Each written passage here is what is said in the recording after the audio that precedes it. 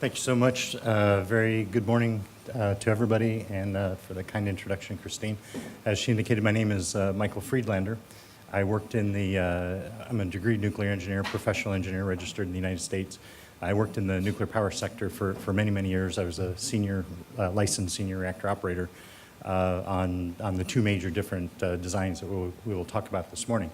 One of the topics that Christine, or the real focus of the discussion that Christine asked me to talk about today, and it's unfortunate because in a group this big, with a very diverse and a very qualified group of individuals, there are probably some people that don't know and haven't been exposed to a lot of nuclear topics, and there are some very, very and extremely well-qualified individuals in the room as well.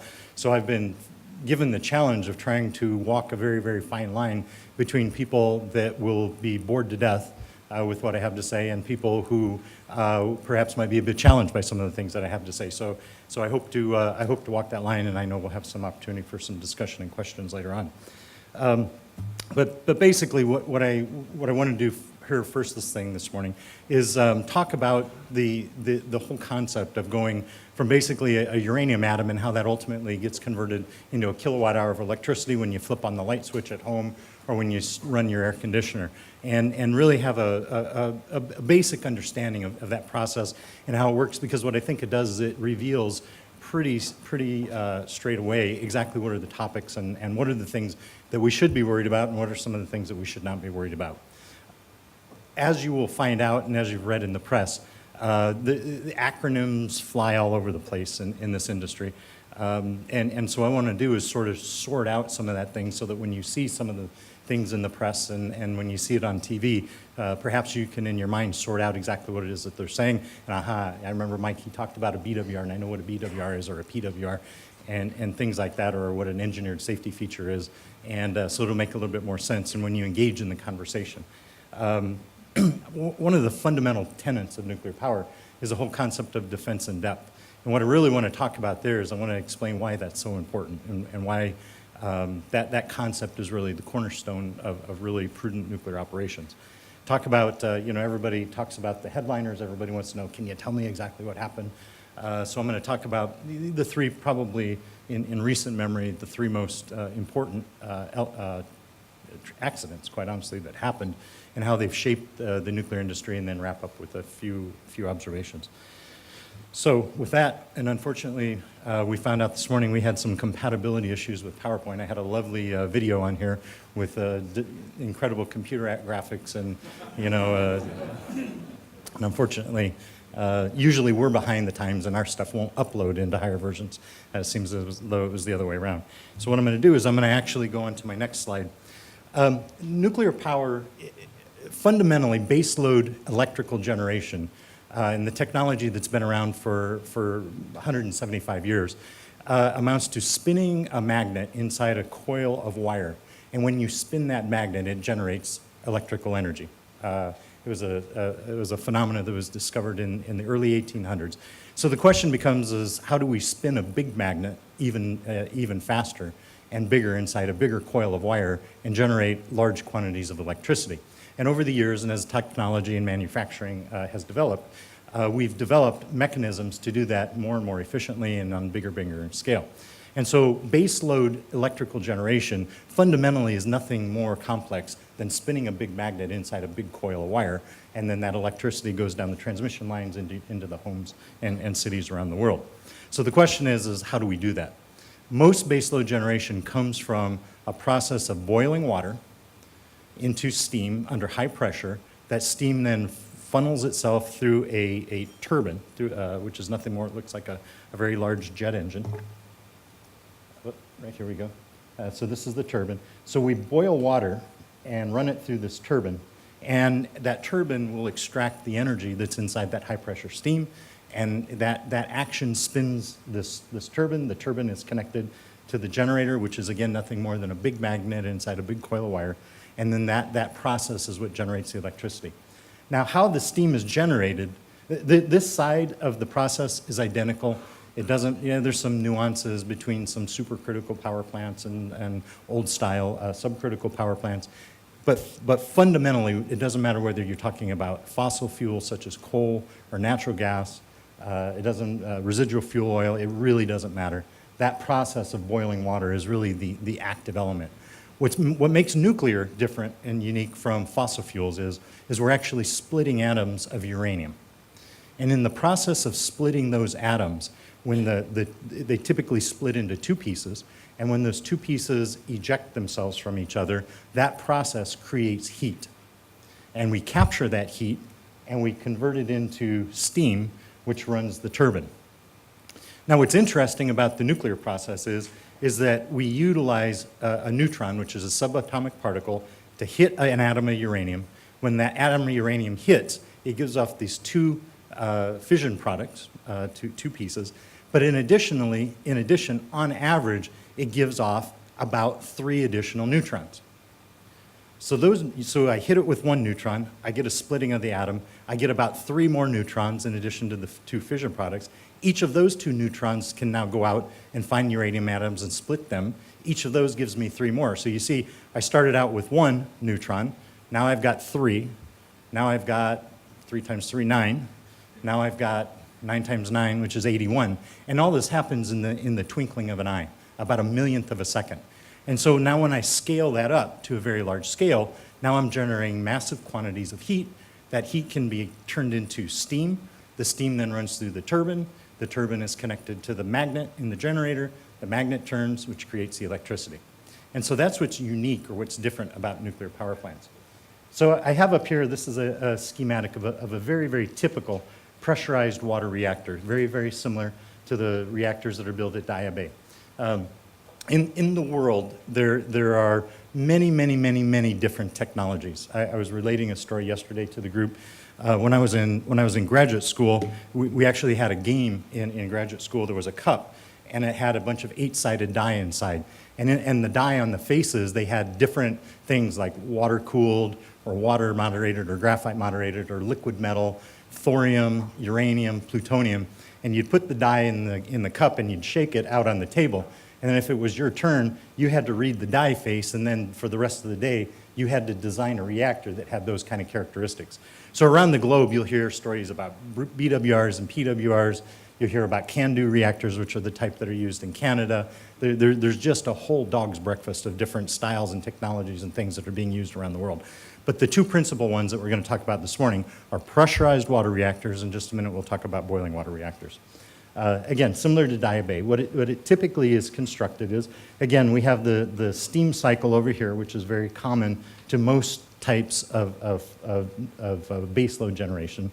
But what's fundamentally different about these is we have 3 loops. You see this loop here in the pink, you see the loop here in the blue, and then you see the loop here in the green.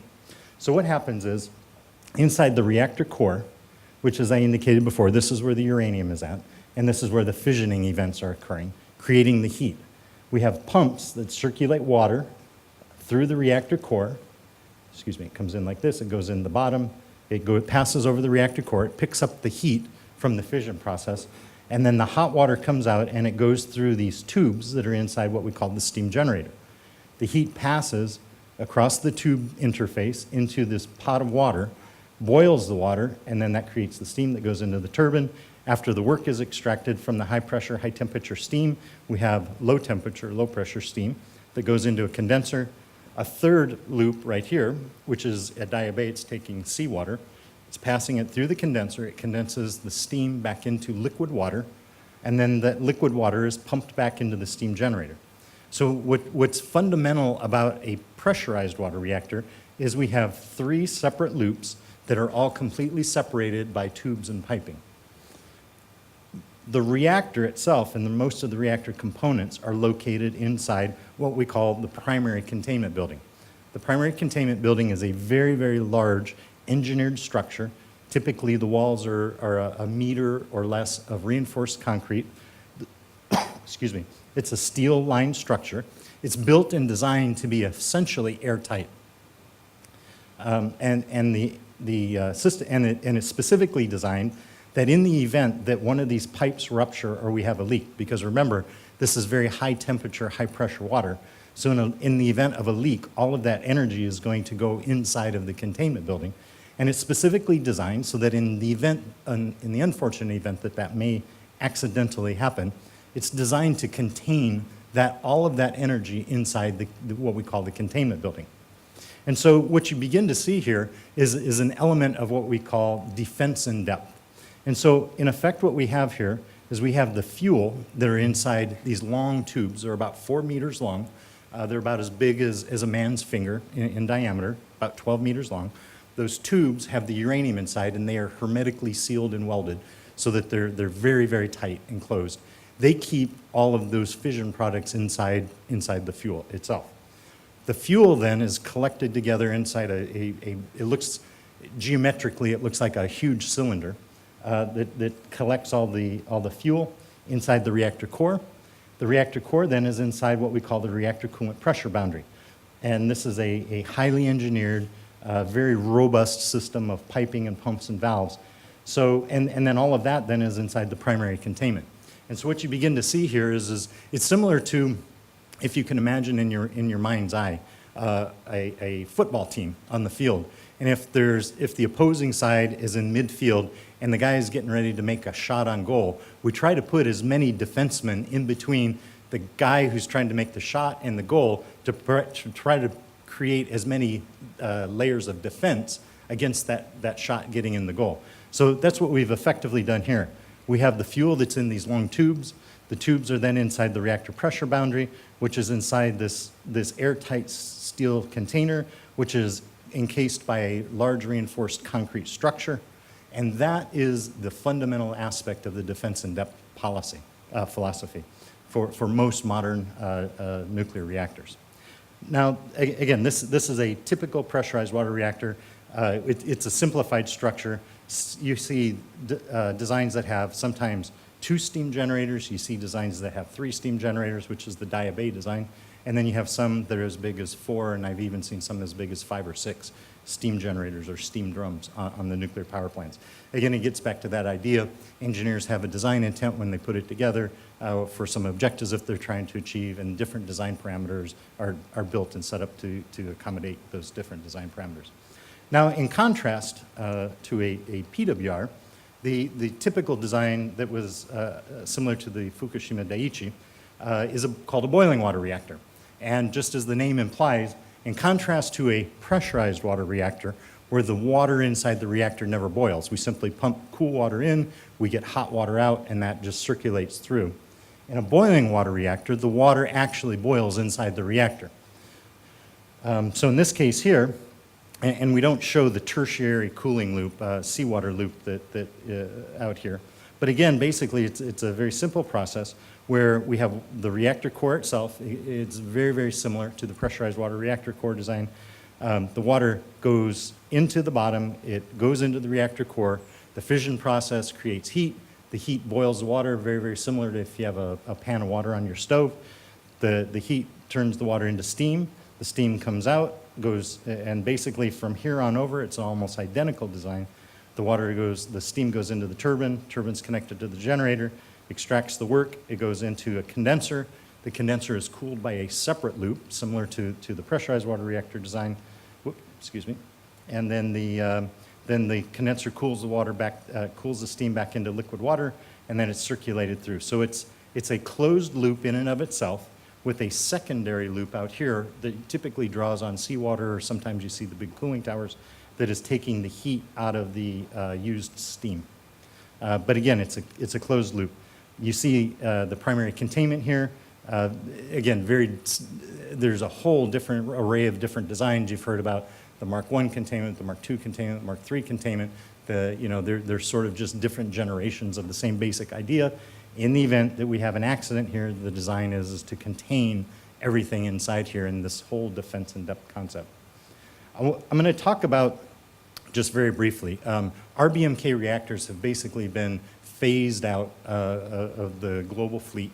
They're largely used. No, I don't think any of them are in operation anymore. They were shut down.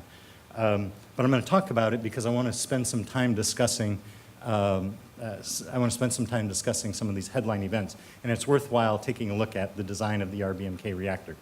The RBMK reactor, in pressurized water reactors and boiling water reactors, the water actually serves 2 purposes. Number one, it takes away the heat, and it's the working fluid that we use for the heat transfer process. But it also it serves as part of the nuclear process in terms of controlling the reactor. In the RBMK reactors, they use graphite, which is basically nothing more than high purity scientific grade carbon, which is used here in the nuclear process. And then similar to the boiling water and the pressurized water reactors, water is circulated through the reactor to take away the heat. So it's one of the important design differences that we'll discuss in just a moment. But here, the water actually is serving as a poison, and we use graphite to help in the nuclear process. But basically, very simply, you have the reactor core. This is the steam separator is similar to the steam generator in the boiling water, in the pressurized water reactor. So we take liquid water, we run it up through the reactor, collects the heat, turns into a steam water mixture. The steam water mixture then goes into a steam separator where the steam is taken out and run off to the turbine generator set, almost identical to the other ones that we talked about. And then the water is actually run back down and run back to the reactor. So again, it's a closed loop system, the Chernobyl. I'm not a student of Russian, but this reactor Bolshoi Moshnovsky Kanily actually stands for a high temperature channel reactor is what that means in Russian.